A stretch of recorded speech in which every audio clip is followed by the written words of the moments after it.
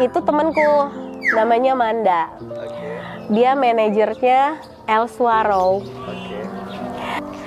Mungkin dengan kamu berhenti bekerja, ya rezeki anak itu akan hadir gitu. Ketika kamu sudah membersihkan segala riba yang ada di badan kamu gitu. Mungkin surgamu di bawah kaki ibu gitu. Cuman pada saat kamu setelah menikah, surgamu beralih fungsi, pindah ke suamimu gitu loh. Jadi apapun permintaan suamimu, ya itu harus diikutin. Kenapa? Ya ridho dia, berkah untuk kita gitu loh sebagai seorang istri. Jadi akhirnya ya udah, di balik itu semua ada hikmah yang kita ambil, maksudnya hikmah yang saya dapetin gitu, yang syukur alhamdulillah itu bisa terwujud gitu. Mungkin kalau saya nggak mengiyakan untuk resign, ya sampai detik ini kita nggak pernah tahu. Mungkin wujud yang saya inginkan itu ya sampai sekarang belum nyata ada gitu loh.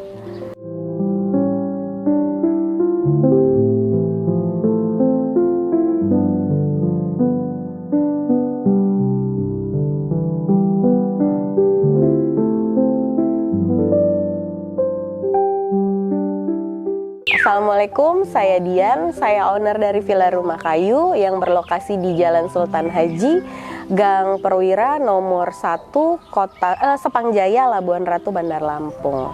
Sebenarnya gini, mulainya sih kalau mau diceritain pasti panjang. Cuman tuh intinya gini, ini sebenarnya sebelumnya tidak diperuntukkan untuk resto ya. Ini jadi kayak satu untuk tempat beristirahat lah di hari libur istilahnya. Dan sempat terpikir karena lahannya cukup luas, kita tanam kurang lebih sekitar 50-an batang. Itu durian, musangking sama montong, di mix sama bawor sih. Aku pengen tuh bikin agrowisata durian, karena di Lampung nih belum ada nih agrowisata durian di tengah kota gitu. Setelah kuliah tuh aku pernah jadi di akhir-akhir mau wisuda nih gitu. Awal muasalnya adalah magang di salah satu kantor notaris. Satu notaris itu berjalan kurang lebihnya sekitar 2 tahun di notaris pertama. Terus pindah lagi ke notaris kedua, itu berjalan kurang lebihnya sama, kurang lebih mendekati 2 tahun lah. Pada satu ketika tuh ikut lulus di salah satu bank swasta lah. Bank swasta. Nah dari situ pada akhirnya udah berjalan, akhirnya memutuskan untuk menikah. Nah sudah itu ya sudah tetap berjalan, dan pada akhirnya saya memilih untuk resign dari pekerjaan tersebut gitu. Dan yang ya memutuskan itu nggak mudah ya, nggak yang ini, tapi ya emang harus. Sebenarnya suami yang meminta gitu loh, karena satu dan lain hal suami meminta untuk berhenti dari pekerjaan, dan pada akhirnya saya juga dengan segala permintaan itu saya mengabulkan gitu, karena ada satu hal yang lebih penting menurut saya dalam hidup gitu loh. Akhirnya saya putusin untuk resign gitu. Ya sayang dulu karir. Sebenarnya kalau dibilang sayang, kita sudah capek-capek nih gitu kan. Kita sudah ya berjalan sejauh itu gitu kan di pekerjaan yang dulu, tapi pada akhirnya harus berhenti di tengah jalan gitu, memutuskan berhenti di tengah jalan. Tapi ya karena itu tadi, balik lagi, karena ada yang lebih penting dari pekerjaan yang saya rasa suami yang harus minta. suami, dan awalnya ya suami yang minta untuk resign walaupun berat ya. Walaupun berat, tapi harus saya wujudkan ya. Setiap orang itu mungkin beda-beda. Mungkin saya punya perjalanan hidup yang disuruh berusaha kurang lebihnya 4 tahun lebih gitu untuk cari keturunan gitu. Dan itulah salah satu yang saya akhirnya putuskan untuk ya resign itu karena satu ucapan tante saya itu bilang gini, mungkin dengan kamu berhenti bekerja, ya rezeki anak itu akan hadir gitu. Ketika kamu sudah membersihkan segala riba yang ada di badan kamu gitu. Itu jadi dilema ya buat saya gitu loh. Yang nggak semerta-merta langsung saya iya pasti ya nggak gitu loh. Saya pasti banyak tanya gitu, banyak baca gitu, banyak cari tahu lah, oh apa sih ini gitu. Emang benar seperti ini gitu.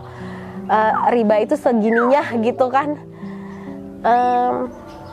Ternyata ada di satu momen saya memang benar-benar minta petunjuk sama Allah. Saya tahajud, saya istirahoroh,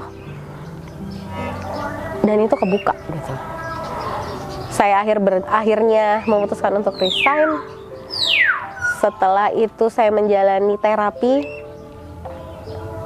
di limit lah ya, karena terapi ini limitnya 3 bulan. Jadi di akhir limit itu Allah kasih tuh mukjizat gitu loh. Iya, jadi gini, aku tuh sudah menjalani 2 kali bayi tabung, 2 kali inseminasi, dan semuanya gagal. Embrionya tidak mau menempel di rahim gitu. Dan ketika saya memutuskan untuk resign itu, saya akhirnya menjalani terapi terakhir lah, option terakhir dari dokter gitu.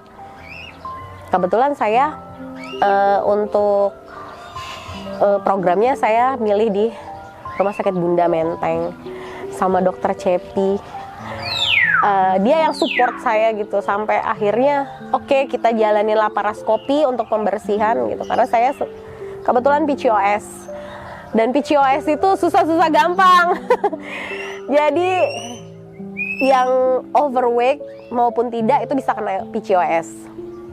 Jadi pada akhirnya setelah saya memutuskan resign, saya ikut laparoskopi. Limit saya 3 bulan. Kalau 3 bulan itu saya tidak hamil, saya ngulang lagi dari awal gitu. 3 bulan dari awal lagi. Nah, proses ngulang lagi nih dari awal, nggak tahu kita apa kan. Terus di limit besoknya tuh pas 3 bulan, adik ipar saya sih sebenarnya yang bilang, coba deh beli test pack. Enggak, takutnya PHP gitu kan, karena udah sering PHP nih sama si test pack gitu. Enggak, ntar takutnya PHP gitu. Jadi dia tuh malam itu beliin saya test pack dan kasih gitu. Ini besok pokoknya karena mertua mau berangkat haji. Dan itu juga momennya pas benar-benar besoknya itu 3 bulan. Mertua mau berangkat ibadah haji. Jadi pokoknya besok sebelum mama berangkat nih tes gitu. Jadi subuh tuh sebelum sholat subuh saya tes, dan ternyata benar terang garis 2 itu. Saya nggak mikirin itu kamar mandi lah pokoknya. Saya udah sujud syukur, saya udah nangis teriak-teriak gitu kan. Ya seneng, sedih. Ternyata oh ini gitu yang Allah kasih kayak naik turun gitu. Oh ini, iya sekian tahun gitu menunggu. Dan yang pastinya psikologi kita tuh agak kayak up and down juga ya, karena orang ngomong, lu nggak bisa hamil gitu, ya kan? Itu tuh kayak yang ngebatin pasti gitu, sedih pasti diomongin seperti itu. Cuman balik lagi sih support suami sih, yang udah bisa, kita bisa gitu. Jadi ya berapa tahun akhirnya dapat 4 tahun lebih, hampir 5 tahun ya. hampir 5 4 tahun jalan alhamdulillah dikasih amanah. Nah itu tadi 6 bulan si anak yang pertama lahir, ternyata Allah kasih rezeki lagi nih. Tahu-tahu kebobolan. Udah 3 bulan ya, itu pun nggak sengaja taunya. Karena kita balik lagi ke dokter Cepi, maksudnya nih mau tanya kapan sih bagusnya saya untuk hamil lagi gitu. Dan ternyata sampai sana di USG, Bu ngapain? Mau program gitu. Tuh udah ada bayinya. Pas diukur semuanya, karena kan nggak tahu tuh kapan terakhir aku mens dan lain-lain gitu kan. Pas diukur udah 3 bulan. 3 bulan waktu itu ya. 3 bulan waktu itu. Nggak kerasa. Nggak, antara sedih, antara seneng. Karena sedihnya yang tua masih 6 bulan gitu kan. Wah kebagi nih gitu kan. Cuman senengnya ya Allah kasih titipan lagi nih gitu kan, rezeki lagi nih gitu. Dan ternyata alhamdulillah si janin tuh laki-laki sepasang nih gitu kan. Yang pertama cewek ya. Iya. Yang kedua Cowok sepasang nih gitu. Ya itu sih. Tapi ya dibalik tadi seneng tadi, bahagia tadi, ada sedihnya lagi gitu. apa itu? Anak kedua saya lahir dengan kelainan jantung. Di umur 2 hari sudah terdetek bahwa 2 katup di jantungnya itu berlubang. 2 hari. 2 hari. Berarti posisi masih di rumah sakit. Masih di rumah sakit. Masih di rumah sakit. Jadi Upaya keluarga akhirnya. ya upayanya ya cuman ya pengobatan apa yang dokter saranin ya gitu. Ketika 3 hari kita pulang ke rumah, 7 hari kita kontrol lagi. Di umur 10 hari si anak ini kena pneumonia, jadi harus masuk ICU di salah satu rumah sakit swasta di Bandar Lampung. Itu sekitar kurang lebih 20 hari di ICU. Di ICU. Kenapa dia kena pneumonia? Karena jantung tadi. Jadi jantung dan paru-paru bersinggungan. Jadi aliran darahnya membasahi paru-parunya. Jadi paru-parunya tuh kerendam cairan penuh gitu. Nah, itu yang mengakibatkan dia terserang pneumonia. Jadi dari situ dokter menyarankan untuk dibawa ke Jakarta dengan segala rujukan yang beliau buat, dan kita ada rekam mediknya juga yang kita bawa gitu. Saya ke rumah sakit Harapan Kita, Jantung Harapan Kita, itu berjalan selama 1 tahun 8 bulan lah, hampir 2 tahunan ya. Dan tidak ada tindakan yang harus diambil seperti anak-anak lainnya. Cuman dia gampang terserang batuk pilek. Terus kalau dia lari-lari atau kecapean tuh dia sesak gitu. Dan itu sih, jadi kita itu kayak rumah sakit mini rumah sakit di rumah ya. Karena kita ada saturasi, kita ada oksigen, kita ada nebulizer. Jadi ketika dia sudah sesak, kita saturasi, kita oksigen, kita nebul. Ketika saturasinya di bawah 98 itu harus segera dibawa ke IGD gitu. Jadi terus karena di 1 tahun 8 bulan itu tidak ada penanganan, tindakan yang harus saya ambil juga gitu, dari rumah sakit juga masih observasi. Akhirnya saya cari second opinion, cari tahu. Akhirnya ada salah satu senior suami kasih info bahwa coba deh lu ke rumah sakit yang ini gitu, swastanya, untuk jantung tapi di swastanya, dengan Prof Mul namanya, Profesor Mulyadi Mjer. Beliau yang ketika saya datang konsul ke beliau malah marah gitu. Apa yang kamu tunggu? Udah 1 tahun sekian ini, apa yang kamu tunggu gitu. Jadi akhirnya Prof Mul untuk ayo cepat kita untuk lakukan penambalan di kebocoran. Iya, karena kebocoran itu sudah membesar dari 0,3 mili jadi 9,0 mili, 2 katup. Makanya itu kan semakin dia beraktivitas, semakin dia detak jantung nggak beraturan. Itu tidak pernah mau ngerepotin ya. Jadi ketika sudah sampai baru ditelepon gitu, kita ada di sini gitu. Begitupun waktu pas anak masuk ICU ya. Jadi cuman telepon ini adek dibawa ke rumah sakit karena nggak mau nyusu gitu kan, sudah responnya juga udah low gitu kan. Terus begitu sampai di rumah sakit, begitu dokter bilang harus masuk ICU, itu baru saya telepon. Harus dirawat di ICU, baru udah anaknya udah masuk ICU udah segala macam, bapaknya baru sampai. Kenapa? Karena saya tidak mau mengganggu, bukannya tidak bukannya nggak apa ya, nggak menghargai beliau, bukan gitu, cuman saya menjaga untuk tidak membebani beliau gitu loh. Maksud dalam arti kata, karena perjalanan itu jauh.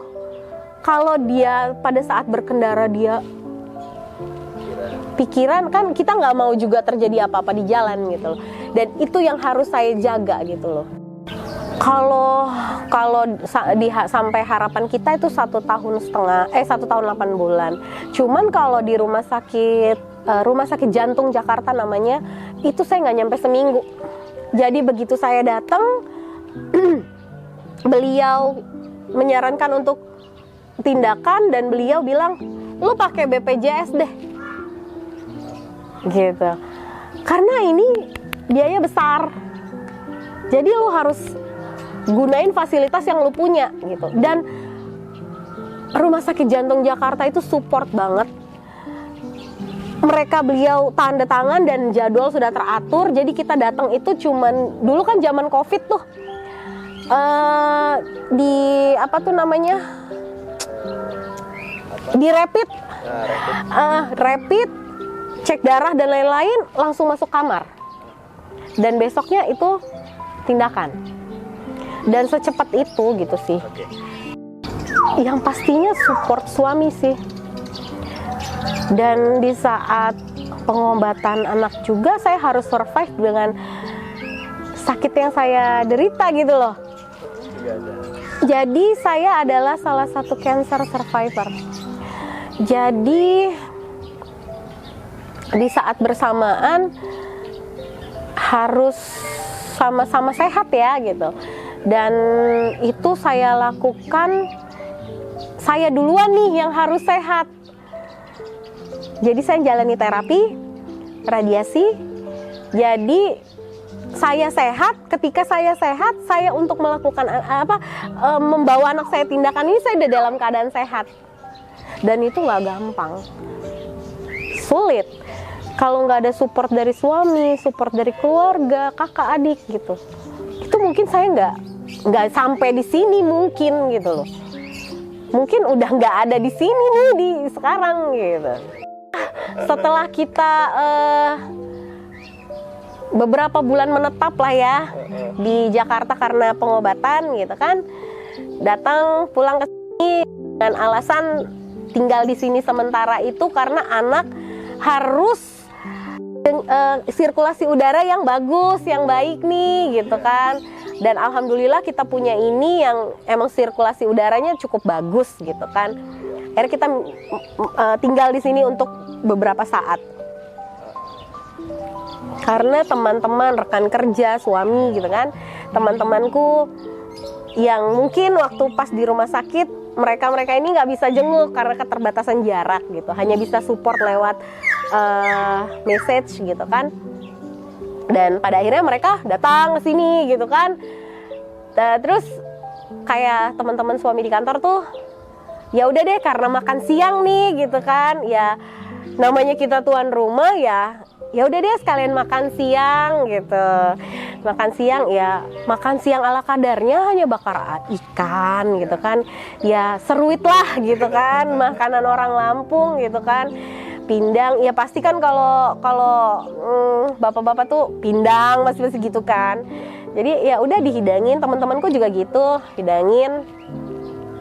Akhirnya teman-teman suami tuh memang cuman sempat bilang buka rumah makan aja gitu kan, cuman gak aku gubris gitu kan. Nah satu momen itu temanku namanya Manda, dia manajernya El Swaro. Jadi dia datang ke sini karena pada saat itu dia ada pemotretan di Mata Kata Depan. Dia telepon, Ci ada di villa nggak gitu, karena kan dia taunya villa kan. Nah, terus ada, mau main dong, sekalian mau lihat kavel gitu. Aku belum makan loh, masakin aku ikan ya, ikan bakar, kangen sama sambal terasi kamu gitu. Jadi oke, kamu berapa lama lagi di depan? Ya sekitar 30 menit. Oke. Pas lah ya. Pas. Jadi tuh minta tolong sama yang bantu-bantu di rumah tuh gitu kan. Di situ sebelumnya di depan itu ada lapak ikan segar. Kamu tolong beli ikan segar ke depan gitu kan. Terus langsung mampir karena deket kan sama pasar juga di sini. Jadi ke pasar beli lalapan gitu. Karena kan ini mendadak banget. Nanti kita mau ada tamu gitu. Terus udah pas masak, udah datang, dia kaget ngeliat ini. Keren. Bagus nih gitu kan, nyaman gitu kan. Terus udah itu dengan modal seadanya tuh dia bilang gini, ke rumah makan aja. Enggak lah, capek. Nanti anak-anak gak keurus, sibuk gitu kan. Kita ini anak-anak gak keurus. Enggak, buka aja gitu. Buka konsep private. Di sini belum ada private tuh. Private resto belum ada, katanya kan. Terus sudah itu, jadi lu bisa tahu nih tamu mau datang jam berapa, makannya apa aja, berapa orang. Oh gitu, iya ya deh nanti dipikirin. Kan kita mikirnya gitu ya, nggak ada persiapan apa-apa. Terus tiba-tiba dia snapgram. Karena kebetulan kan sama Kak Els gitu kan, dia snapgram. Langsung rame ya. Aku pikir tuh nggak ada respon lah dari orang gitu kan. Orang hidangannya juga benar-benar ala kadar, rumahan gitu kan. Yang kita sajikan juga pakai punya rumahan gitu kan. Bukan yang nggak preparing untuk ini. Menaruhnya itu natural. Mungkin ya gitu. Terus akhirnya dia kasih nomor telepon aku pada saat itu kan, di tag gitu kan, di tag IG-nya aku, masih IG pribadi kan pada saat itu, IG pribadi, nomor pribadi lah pokoknya di tag sama dia. Terus ya aku pikir nggak ada respon, ternyata banyak yang WA, yang DM. wow, banyak yang mau reservasi gitu. Dan pada saat itu tempat belum memadai karena kan hanya mengandalkan bawa rumah yang di villa utama ya, sama ada joglo lah gitu, joglo di tengah-tengah itu yang emang sengaja kita buat untuk keluarga sebenarnya gitu. Hanya mengandalkan itu gitu. Bener. Jadi awalnya itu sempat juga tuh ya sebelum buka ini nih berjalan nih itu, tapi kita tuh buka kayak frozen food. Tapi ala-ala rumahan tuh di situ di depan ngandelin satu box doang dulu kan. Tapi nggak ada minatnya. Ternyata gitu ya. Terus udah itu ya udah pada akhirnya dulu tuh cuma bertiga. Siapa aja itu bertiga? Jadi aku sama ART 2 gitu. Jadi yang masak siapa? Yang aku. Aku. Iya. Jadi yang ngebumbuin itu aku, yang nyambel aku gitu kan, yang numis-numis kalau ada apa sayuran tuh aku gitu. Belanja ke pasar. Aku. Gimana ceritanya? Ini lucu nih. Jadi nggak mikirin lah ya. Apa tuh naik motor ke pasar Dan ke pasar itu bukan hanya satu pasar, karena nih mama kan mau dapat untung kan gitu. Lebih murah. Iya betul. Jadi ke pasar itu ada bisa 3 pasar gitu, dengan bawa motor gitu kan. Pakai kerombong belakang gitu. Ya pakai bronjong. Bronjong. Dan itu saya jalani cukup lama ya, belanja sendiri gitu. Dan lucu ya maksudnya malu buat apa?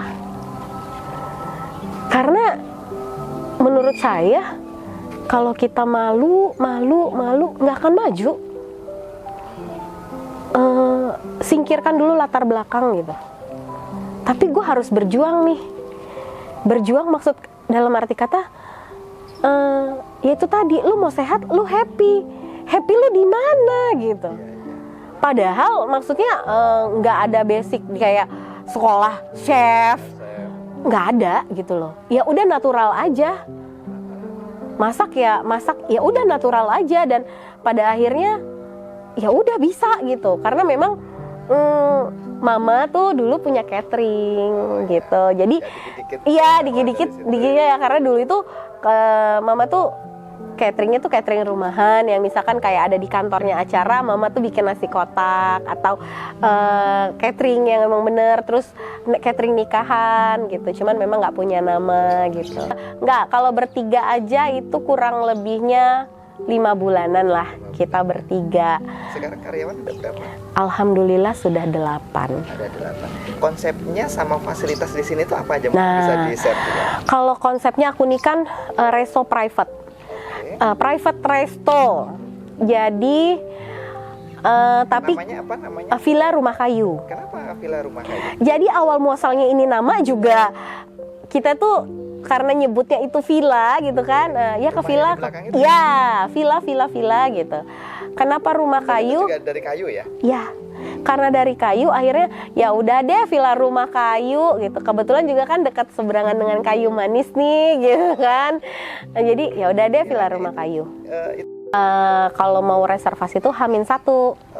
H-1 minimal. Tapi kadang-kadang ada juga tuh misalkan dia pagi reserve untuk makan malam. Ketika malam itu kosong ya masih bisa masuk gitu. Tapi kalau sudah terisi di booking full ya nggak bisa masuk gitu. Biasanya momen ramai pernah selama jalan ini pas momen apa ramai? Ramadan. Oh Ramadan. Kalau Ramadan itu aku buka untuk umum. Maksudnya nggak private ya. Jadi semua terisi gitu. Di hitan, syukuran akikoh itu juga udah juga. Nah kalau wedding kita free 2 kotet.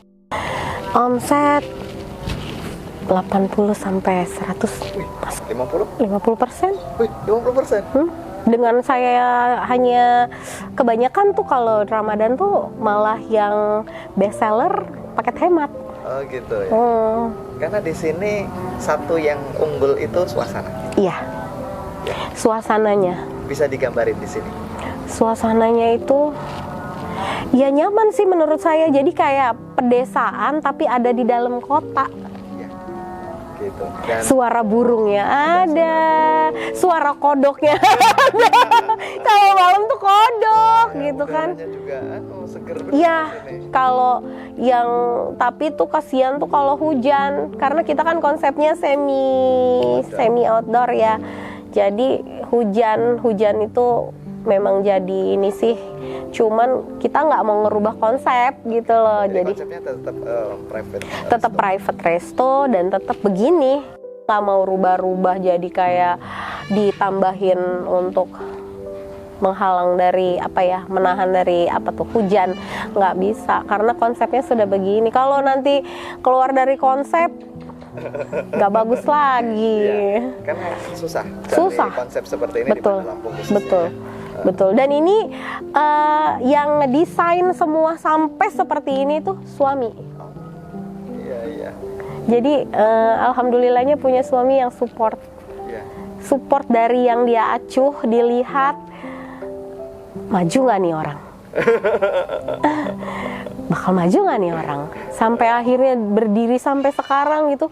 Banyak banget dia sih gitu. Sebagai donatur iya. Sebagai support dia. Maksudnya cek, ma ini begini, ini ada yang kurang nih, ini begini, dan banyak sekali beliau itu bantu saya gitu, bantu benar-benar bantu, karena memang kami mengelola sendiri gitu loh. Dan itu tadi namanya kita baru belajar. Ini owner termasuk manajer ya? Merangkap. Jadi namanya orang belajar tuh kan nggak yang langsung pinter nih gitu. Motivasinya ya itu tadi, biar orang merasakan nyaman ada di sini. Karena kalau resto-resto pada umumnya kan ketika ada tamu ya banyak banget gitu kan. Kalau di sini kan kita bisa mengatur. Misalkan dia dari jam 11 sampai jam 2. Nanti dari jam 3 sampai jam 5 atau jam 6. Nanti dimakan malam ada yang jam 8 sampai jam 10 malam. Kita kan, saya tuh usaha tuh pertama ridho suami, ridho orang tua, sama Allah aja lah. Jadi ketika saya di titik terendah gitu, kayak yang aduh gimana nih besok gajian anak-anak gitu kan, tuh pasti ada aja rezekinya. Walaupun kadang-kadang tuh bilang sama anak-anak, maaf ya gajinya ketunda beberapa hari gitu. Tapi itu harus saya sampaikan gitu, bahwa ya inilah keadaannya gitu loh. Nggak bisa saya tutup-tutupi juga gitu loh. Jadi untuk menutupi operasional aja tuh udah syukur alhamdulillah gitu. Tapi tuh balik tadi Allah tuh maha baik kok. Di detik-detik misalkan aduh masya Allah gitu kan, nih gimana nih berapa hari lagi limit anak-anak, ada aja tuh rezeki datang gitu. Rezeki datang tuh ada aja gitu. Dan saya yakin itu gitu, Allah baik kok. Rezeki itu sudah diatur Allah, tidak akan tertukar.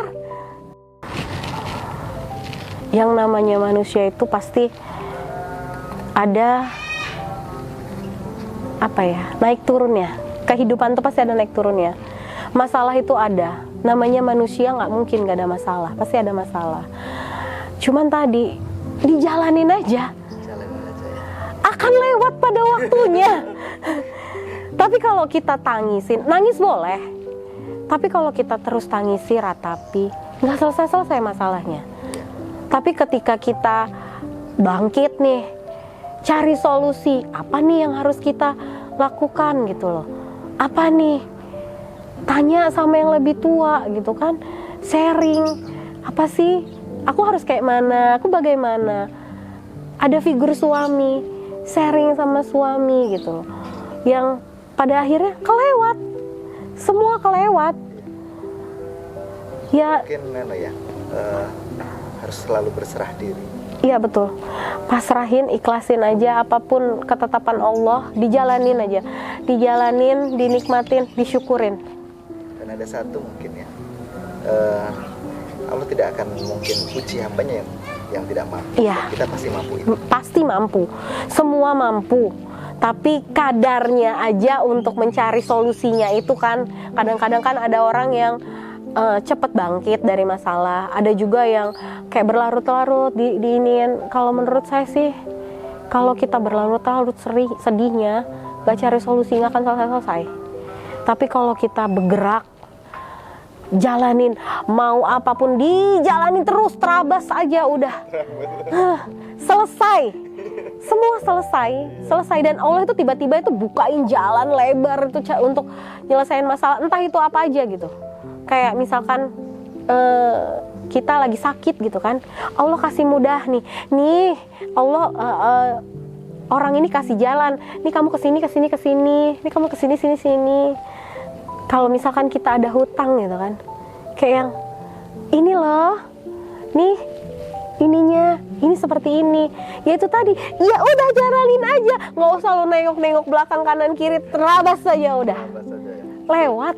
Mau makan nih, mau makan enak, nyaman, terus adem, bisa feeding animal gratis, bisa ke Villa Rumah Kayu, ada IG-nya @villa_rumah-kayu, bisa reservasi minimal H-1, nomor adminnya 0857 666 55165.